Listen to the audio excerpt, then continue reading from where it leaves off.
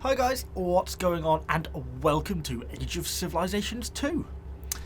So this is something a little bit different that I just sort of really happened to come across by chance. I was just on Steam, sort of flicking around the Steam store, and I just thought I'd flick over to the Indie Games tab, and I saw this, so it caught my eye kind of with the colourful map. Looks a bit like some of the Paradox games like EU4 and stuff. And it was only £4.50.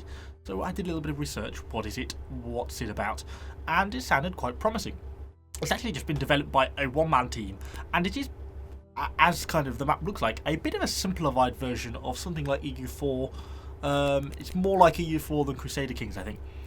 And yeah, I've quite enjoyed it, and certainly considering it's been done by a one-man developer, I am really quite impressed. And for £4.50, you really can't go too wrong. It's like $6 something for Americans, or €5.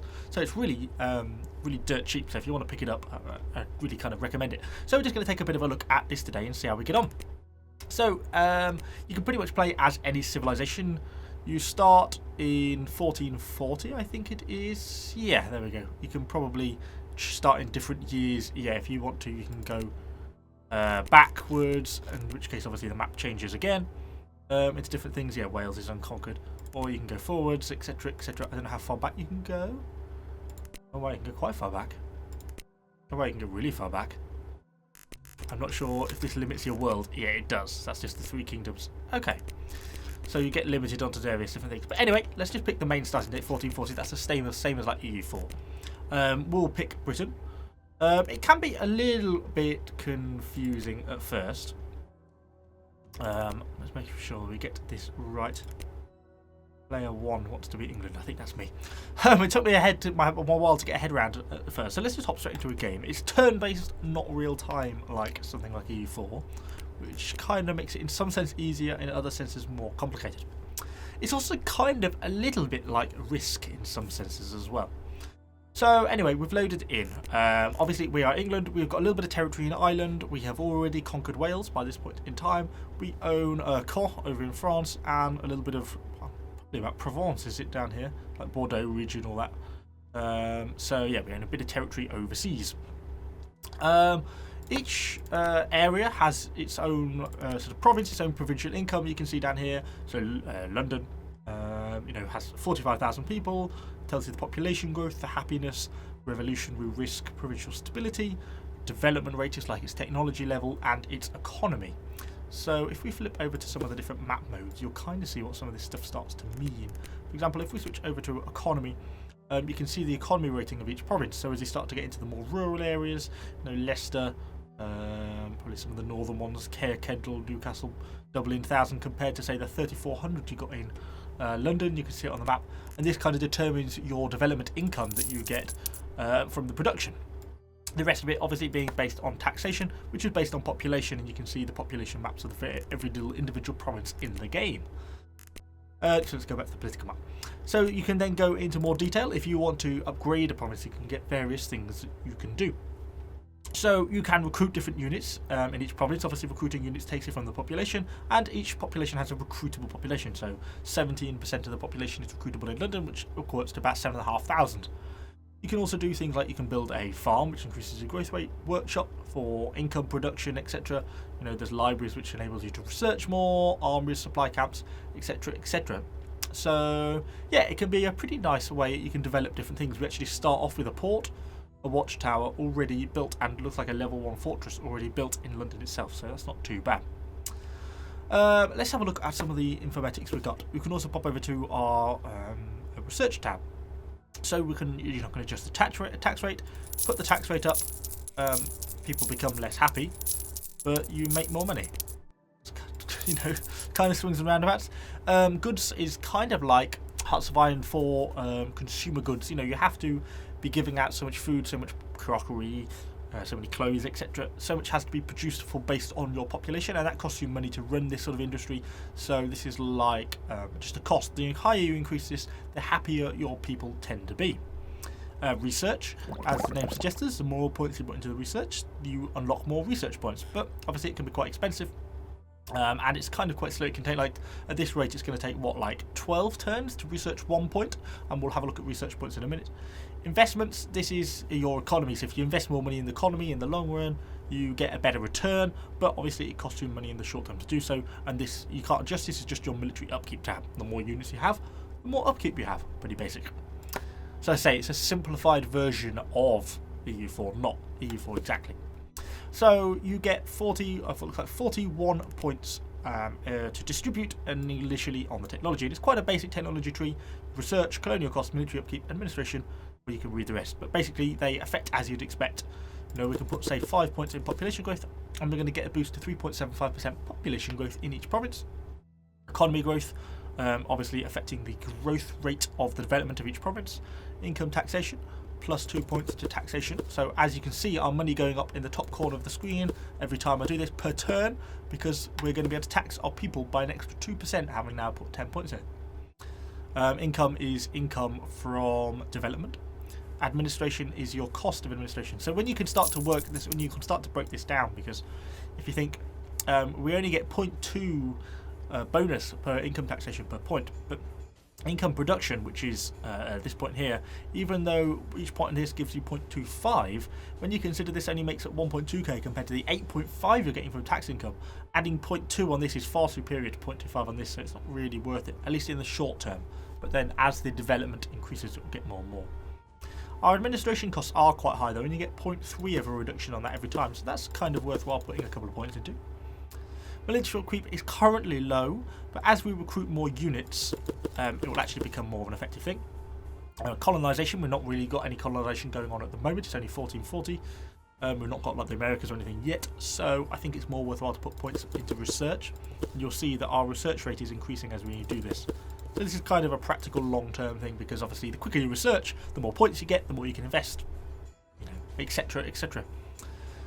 So let's put a bit into probably into economic growth as well. I think there'll be some wise ones. Okay, so we've distributed our points. So what's next? Let's just pass on the first turn. We're not at a war with anyone or anything like that. And there we go, turn 2. You can see we've advanced a couple of months per turn. We're 1.1 month, 24 days is the 1 turn effect.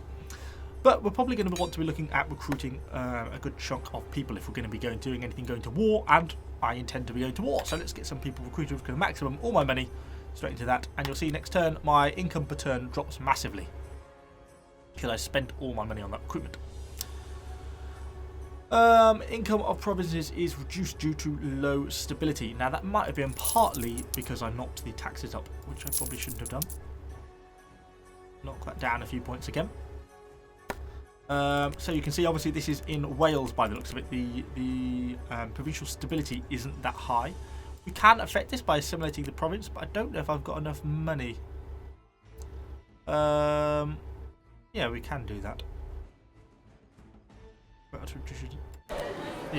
do that. I'm now -4 on the money, but next turn it'll be fine. Okay, let's also move this army, get this army moving over to Dublin. It takes a couple of turns. You can see its movement. It's going to go 1, 2, 3, and then 4 to get to Dublin. So it takes time to navigate the boats over there. So let's do that. So it's next turn. Still getting some low stability in some of the problem provinces, but this one's starting to crop up now, hopefully after you invested in it a little bit. And as our money is starting to come up, we can find some more of the ones that are pretty low, like here. Simulate this a bit more. So just investing in culture, basically. It's -45. Is it starting to come up? Dublin's actually got pretty low. Population is a minority. Mission core happiness. Not causing any revolt, it's just lowering our possible income from each province. Okay, so who are we going to invade first? I think probably these people down here. So you have to flip over to the diplomacy tab. And it's pretty much as simple as it says. Perhaps I can't declare war yet? No. Oh, I'm not clicked on them, that's why. I can't declare war myself. Make sure they're not allied with anyone. They are enemies with some of the other people. They pretty much hate everyone. It should be easy for us to declare war. It is. And I'm going to move myself straight to Waterford, confirm the move, and hopefully we should sufficiently outnumber them. It's just a pretty, like, almost Risk-style combat mechanics. It's just pretty basic. Oh, there's actually quite a lot of them there. Oh, no, we lost. Okay, that didn't go according to plan. Wow, bollocks. Okay. I hadn't banked on that. So now they're going to invade Dublin. We better get recruiting more people. Of course, every time we do this, we are hammering our population slightly. So they took their move and invaded Dublin, so that's my turn. It's going to take a while for us to recruit more people, but in which time they're probably going to come over and land near us. We're going to end up fighting for our lives against Waterford. Okay. This is bad. Let's just keep recruiting more and more people. Obviously, we've got kind of an increase into our recruitable population because obviously we lost all our military upkeep, so it kind of worked well for us. And we've got another technology point. We'll put that into taxation. Still got low stability in some of our provinces, which is an idea. We've got Insulter from Scotland, and Utrecht is improving relations with us. Okay, hello. We're going to recruit a few more. I don't want to get lost again. I want to go be a decent sized army before we move out. I'm hoping that they spent all their money doing that. And then we're going to move all these people down here. Keeping an eye on the messages, nothing really other than those provincial stability ones. So we'll flick a few turns and we'll invade the next one, which we won that one. Okay. So next turn. We're starting to build up a bit more money again. We could recruit some more people and think about starting to send them over as reinforcements. We're going to move here, but we don't know if they're going to have anything there because they've got this castle. So castles hide the army there, so we don't know what's going to be there. It's going to be close. Oh, that really was close. We left. We got 118 people left alive. Okay, let's get more people recruited out of London. Recruit more here. Because they're going to might build up another army here. Although no, actually that's my own province, isn't it? So they probably can't recruit out of there. Confirm that. Hopefully. There we go. Okay. So having just beaten that, let's head back to the diplomacy tab. We should then be able to... Can I see the war? Peace negotiations. Let me open that? No. Oops. Not sure what that did. Can I remember how to do this? I cannot remember how to do this. Let's flip back to the political map mode. We did have at one point to have a nice little tab there. Let's pan into the next turn. There we go. Okay. So you get a war score in almost exactly the same way as EU4, which is kind of nice. Oh, you can see our technology next turn probably is going to flick and give us another technology point. So we're pretty much 100%, so we can go over to the next tab. And I've got 8 war score, which is enough to claim both of their provinces for England. Send their demands. I will, and that pretty much ends the war. Whew, I thought that could have gone worse. Yeah, truce with Leinster. Yeah, we've done that. We have a technology point. I'm just going to keep ploughing it into the money, to be honest, because we just need as much money as possible. Okay. Well, that didn't quite go as smoothly as I would have liked. But at least we've captured all this extra territory now. But now we're going to have more provincial instability, aren't we? Because these guys really don't like us very much at all anymore. It shouldn't be so bad over here. Where else is it claiming is low? Oh, some of the French territories like Bordeaux. Yeah, it's not so high. It's because there's a large portion of French population. Yeah, here, for example. Causing provincial instability. Okay. Well, nothing we can do. I'm not investing in that quite yet, but we will invest in it here. Because this one's going to be quite an expensive one, but worth doing. I can't afford any more, I don't think. Well, we can just about afford that one in Clonmel. That must be... Is that here? Yeah. Okay. Oh, we spent quite a bit of money that term, but for the ultimate long term, it's going to increase our stability in these provinces, less revolt risk, and more income, I think, as well. Grenada, military assist. Morocco, we've gone to war with Castile. Grenada, blah, blah, blah, blah, blah. Nothing relevant to me in my little corner here in England. So where else have we got instability? Still more in Dublin. Surprising how much instability we've got, to be honest. I wonder what's causing the bulk of it. Our happiness is pretty much going up by the looks of each turn. So you wouldn't think that it's going to be a problem for us. You're plus 0.05 each turn. We could think about putting more... Oh, we see our economy has actually increased quite a lot. Let's flip to the economic map a second. Although it looks like London's gone down. Probably because the map... Oh, wow. Waterford's got a really strong economy, actually. And we're boosting that quite a lot, probably just from the Waterford stuff. Yeah, nice. Cool. Didn't know that. Although because of the lack of happiness, it's not that high. Yeah, you can see it's kind of got lower. Still the bulk of our money is coming in from London. So let's save up a bit more, maybe start to build some buildings so we can see the buildings in action as well. Yep, we know about that. Probably gives us enough. So we go to the more tab. Maybe I can build a farm or a workshop. Income production plus 8%, plus 5%, 8%. Let's build that. And it takes, how long does it take to build that? Construction will take 2 turns. And it's not from Hungary. Still the low stability in 5 provinces. Okay, so we've built that now. So that's going to be boosting our income production from London. It's only level 1. It can continue to be upgraded by the looks of it, although I've not quite got enough money at the moment. Yeah, building workshop. There. Building built in London workshop.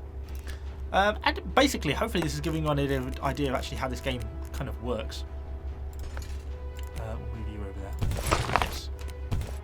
And basically, you know, obviously I'm just targeting this sort of disunited Irish lords and tribes, so it's really kind of easy, which is why I'm fighting over there. But obviously if you go to war with, say, like France or some of the larger, you know, you take on the Holy Roman Empire, which is effectively a conglomeration in the middle, then you know you can suddenly find yourself against much larger armies, and it can actually be pretty tough pretty quickly.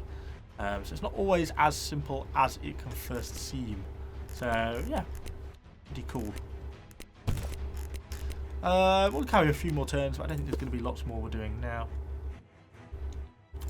These places should be, provincial instability should be on the up, which it is because I'm assimilating, so it's slowly getting pushed up and up and up. Yeah, so it's pushing our population into the country. Our troops there are arriving on the political map. How much money have we got? Quite a bit. We could probably build a farm over here. It only takes 1 turn, and that increases population growth by 5%. More population, more tax, more money for us.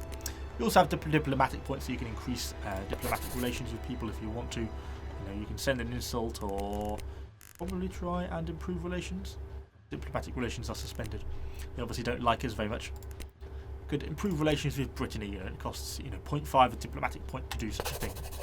So you get quite a few options, but you're kind of limited. In a way, that's kind of a bit risk-esque, particularly with the movement points as well. So you obviously have, when you're fighting multiple wars or trying to conduct a large-scale war, you have a limited number of sort of orders per turn, and that's kind of like risk, like on the dice roll at the start. So anyway, hopefully this has been a bit of an interesting overview. I'll link this game in Steam in the description down below because it is worth checking out, and for the such negligible cost it is actually quite good fun. I'm going to be playing a little bit more, seeing how I get on. Hopefully at least conquer Ireland, and then Scotland I think is going to probably be the next target. Try and sort of unite Britannia under my rule, and then we can start to think about the continent. So yeah, hopefully you've enjoyed it. If you have, let me know what you think about this down in the comments down below. It's something a little bit different. Yeah, as I say, I just happened to chance upon it, so I'll be kind of interested to hear what you think about it. Subscribe to the channel for more random strategy game content, and I shall see you all on the next video.